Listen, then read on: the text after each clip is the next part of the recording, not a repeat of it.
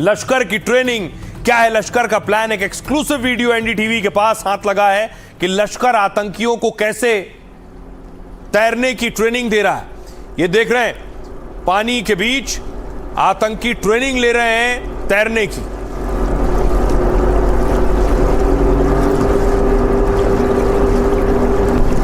ये लश्कर के आतंकी हैं। और क्या सवाल इस तस्वीर के बाद यह कि लश्कर किसी बड़ी प्लानिंग में लगा है, किसी बड़ी साजिश में की तैयारी में है।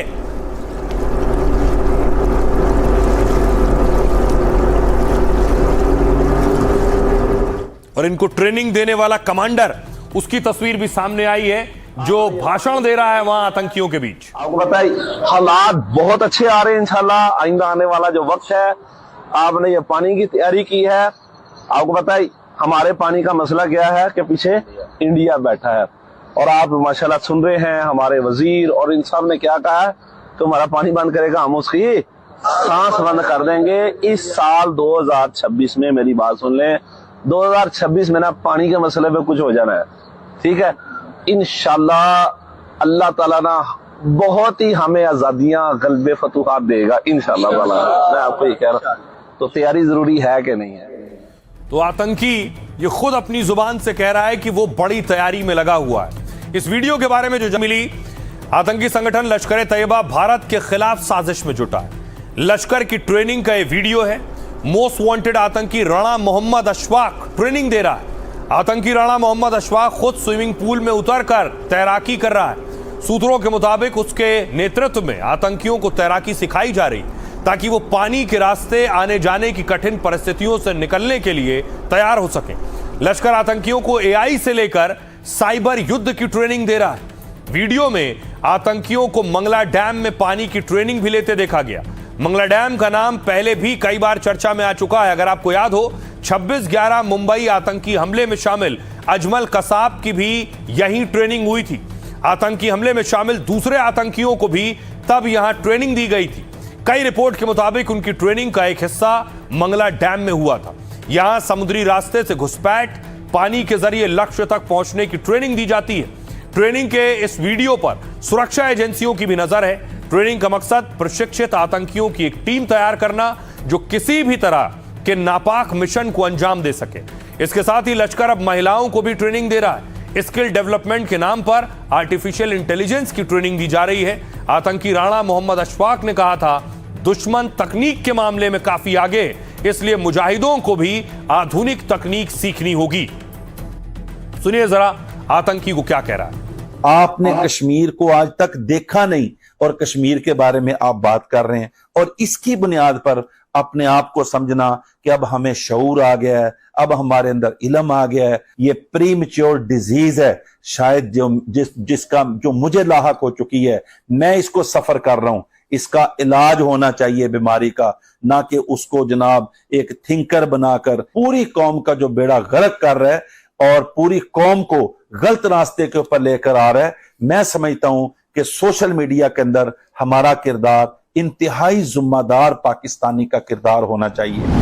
जब तक सांस रहेगी इंशाल्लाह इस मुल्क की खिदमत करेंगे इंशाल्लाह। और जितना हो सका यूथ को, अभी अल्हम्दुलिल्लाह शोभा हमारा यूथ है, तो जितना हो सका यूथ को बसराहियत बनाएंगे इंशाल्लाह। एक जज्बा मिला है कि इंशाल्लाह इनकी टीम के साथ मिलके हमें भी यूथ के लिए काम करना है और हम भी इंशाल्लाह इसी तरह अपने वतन अजीज पाकिस्तान के लिए कुछ बड़ा करके जाएंगे।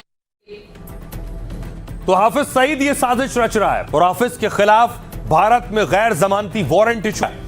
पहलगाम हमले के मास्टरमाइंड हाफिज सईद के खिलाफ वारंट। एनआईए की चार्जशीट में हाफिज पर पहलगाम की साजिश का आरोप लगा। इसके बाद जम्मू की स्पेशल कोर्ट ने गैर जमानती वारंट जारी किया है। कोर्ट ने कहा, निष्पक्ष जांच के लिए हाफिज को हिरासत में लेकर पूछताछ जरूरी है।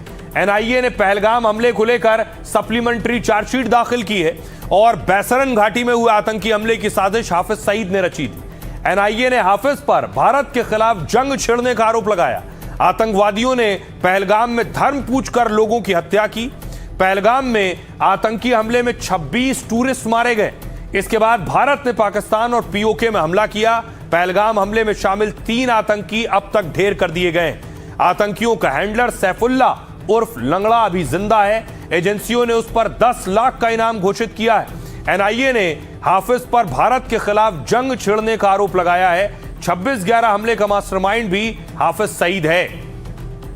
आइए सुनवाता हूं आपको, सुनिए जरा डिफेंस एक्सपर्ट क्या कह रहे हैं इसमें। अब ये जो वारंट है ये गवर्नमेंट ऑफ इंडिया को अब जो है देना पड़ेंगे, इंटरपोल वगैरह को वहाँ से रेड कॉर्नर नोटिस निकालेंगे ताकि हाफिज सईद को पकड़ के यहाँ पे लाया जाए। पर ये ऐसे होगा नहीं, क्योंकि पाकिस्तान ने हमेशा डिनाई किया है कि जनाब ये हमारे इधर तो है ही नहीं। अब दुनिया को पता लग गया है कि भाई जब कोर्ट्स ने जब संज्ञान ले लिया है, इसका मतलब कुछ ना कुछ तथ्य जो हिंदुस्तान बताता है इन लोगों के बारे में बिल्कुल सही है। और अब जो बाकी वर्ल्ड ओपिनियन भी जो है वो पाकिस्तान और ये जो टेररिस्ट हैं उनके खिलाफ।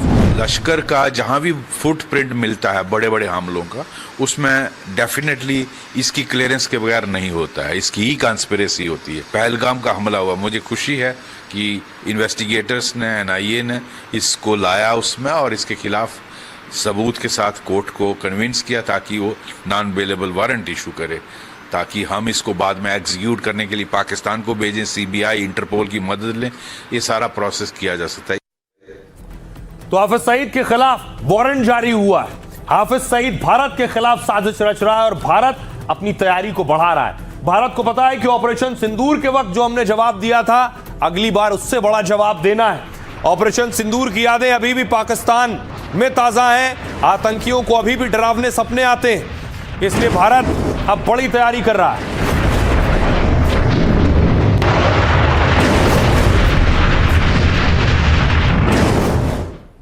देखिए जरा दुश्मनों से, खासतौर से पाकिस्तान जैसे दुश्मनों से निपटने के लिए भारत की तैयारी क्या है। ऑपरेशन सिंदूर के बाद भारत ने रिकॉर्ड डिफेंस डील किए। 14 महीनों में करीब 10 लाख करोड़ के रक्षा समझौते किए।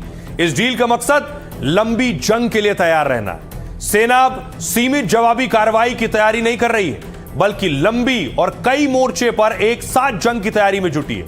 अगर एक साथ जंग के कई मोर्चे खुल जाएं, उस स्थिति के लिए भारत अब तैयारी में जुटा है। डिफेंस काउंसिल ने हाल में 55 प्रस्तावों को मंजूरी दी है। इन प्रस्तावों पर करीब 10 लाख करोड़ रुपए खर्च होंगे। सारी रकम एक साथ खर्च नहीं होगी, बल्कि कई साल में अलग अलग सौदों पर यह खर्च होंगे। ऑपरेशन सिंदूर के बाद ब्रह्मोस, आकाश और नेत्र की डिमांड बढ़ गई है। करीब 21,000 करोड़ रुपए से ज्यादा के निर्यात की डील भारत ने की। ब्रह्मोस के लिए फिलीपींस, वियतनाम के साथ, इंडोनेशिया के साथ डील हुई है। आकाश मिसाइल सिस्टम के लिए आर्मेनिया से 6,100 करोड़ रुपए की डील हुई है। भारत अब 100 से अधिक देशों को रक्षा उपकरण निर्यात करता है। इनमें अमेरिका, फ्रांस और आर्मेनिया प्रमुख हैं। सुनिए जरा, भारत बड़ी तैयारी कर रहा है। उसे पता है कि पड़ोस में चीन, पाकिस्तान जैसे देश हैं। सुनिए डिफेंस एक्सपर्ट क्या कह रहे हैं। कोई भी देश जो है अपना डिफेंस इक्विपमेंट एक्सपोर्ट करता है तो उसकी डिफेंस इंडस्ट्री बहुत बढ़ जाती है। आप इजराइल की बात देखिए, इजराइल की डिफेंस इंडस्ट्री इसलिए नहीं बढ़ी है क्योंकि वो इस्तेमाल कर रहे हैं, उनकी इंडस्ट्री बढ़ी है क्योंकि वो एक्सपोर्ट कर रहे हैं। भारत के पास स्केल है और जब हम इस प्रकार के हथियार, क्योंकि ये बड़े रिस्ट्रिक्टेड होते हैं, ये नहीं कि भाई जिस प्रकार से आप राइफल्स खरीद रहे हैं आप मिसाइल्स खरीद सकते हैं। मिसाइल्स एक बहुत महंगा सौदा है, लेकिन जैसे ही आप इनकी सेल बढ़ जाती है तो या बाकी दूसरों देशों के साथ जाती है तो आपका डिफेंस जो इकोसिस्टम है भारत के अंदर, इसके ऊपर भी बहुत फ़र्क पड़ता है। और इसका स्पिन ऑफ इफेक्ट भी होता है क्योंकि जो आपके SMEs है जो इनको सपोर्ट करती है वो भी बढ़ जाएंगी और हमारा डिफेंस इंडस्ट्रियल बेस दिन ब दिन मजबूत होता जाएगा। कि हिंदुस्तान ने बहुत सोच समझकर ये फैसला लिया है इंडोनेशिया को। ये इसके अलावा 2 और देश है जो हमसे ब्रह्मोस खरीदने की कोशिश कर रहे हैं, ब्राज़ील और चिली। ये दोनों फ्रेंडली नेशंस हैं और हिंदुस्तान जो है बहुत बड़े पैमाने पर इनको देगा। एक ब्रह्मोस की मिसाइल की कीमत 32 करोड़ है। ऐसे में हिंदुस्तान को बहुत ज़्यादा उछाल मिलेगा।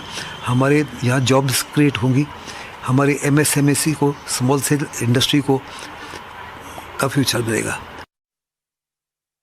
तो आप सुन रहे थे एक्सपर्ट्स को कि भारत क्या तैयारी कर रहा है। आपको बताता हूं भारत की एक और बड़ी तैयारी कि दुश्मनों पर नजर भी रखनी है।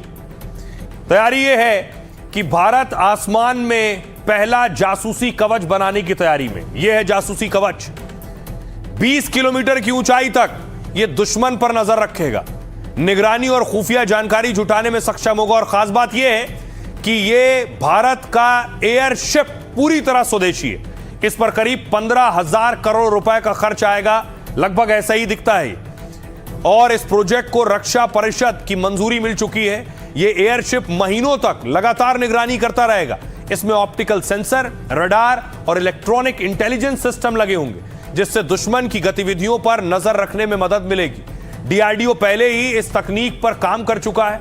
2025 में एमपी में 17 किलोमीटर ऊंचाई तक एयरशिप को उड़ाया गया था।